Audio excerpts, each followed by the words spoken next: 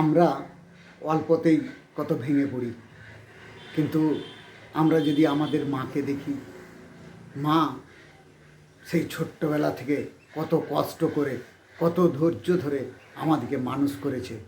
আমরা সেইভাবে তার অনুপ্রেরণায়, তার সাহসে, তিনি সাহস দিয়েছেন, সেই সাহসে আমরা আজকে এই জায়গায় পৌঁছেছি। তো আমরা অল্পতে ভেঙে পড়ার আমাদের কোনো জায়গা নাই, আর ভেঙে পড়া আমাদের চলবে না।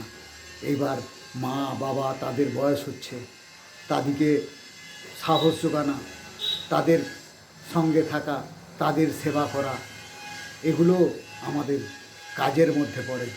আর আমরা যদি ভেঙে পড়ি তাহলে তারা কষ্ট পাবে। তো অতএব আমাদের হাজার কষ্টের মধ্যে দিকেও আমাদেরকে সেই শক্ত হয়ে চলতে হবে, কাজ করে যেতে হবে, ইনকাম করতে হবে। সেই মা বাবা ছেলে তাদেরকে হাসি খুশি রাখতে হবে। আর আমরা যদি ভেঙে পড়ি তখনই তারা আরও ভেঙে পড়বে, তারা দিশেহারা হয়ে পড়বে যে আমার ছেলে এত ভেঙে পড়ছে। এই কষ্টের মধ্যে তারা তাদের শারীরিক কষ্ট, ছেলে মেয়েদের পড়াশোনার দিক, সব কিছু তারা যখন দেখবে যে ছেলে আমার আরও ভেঙে পড়ছে, তখন কিন্তু তাদের পরিস্থিতি আরও জটিল হবে।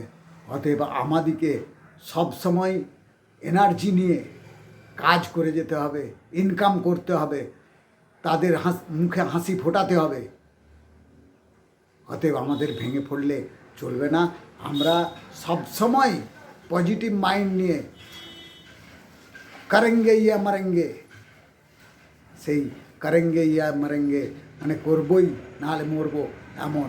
আর করব মানে মরবো না কখনোই। এটা যুদ্ধের ময়দান নয় যে লড়াই করতে গিয়ে মারা যাব, সেটা নয়। এটা মনোবলের লড়াই, সাহসের লড়াই।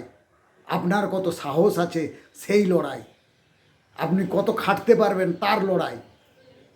লড়ে যান, আপনি দেখবেন আপনার পরিবারের সংসারে প্রত্যেকের সে আনন্দ থাকবে।